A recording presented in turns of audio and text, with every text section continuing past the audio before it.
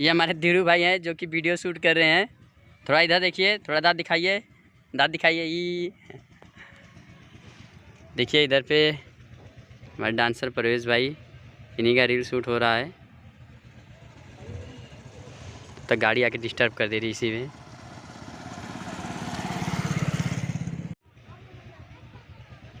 चालू बाजी, कैमरा चालू है।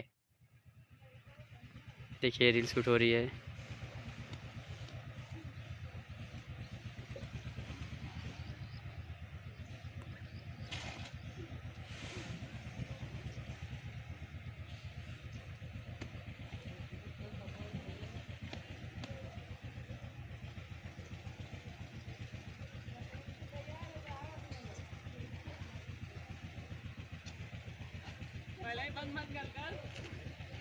रील शूट हो चुका है। इधर परेश भाई आ रहे हैं देखने के लिए कैमरा में। इधर रील शूट होने के बाद ये देख रहे हैं कैसा आया कैसे नहीं आया।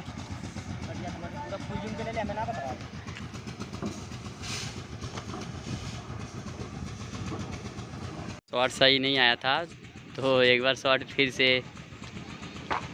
लेंगे कि हमारे स्टार जा रहे हैं।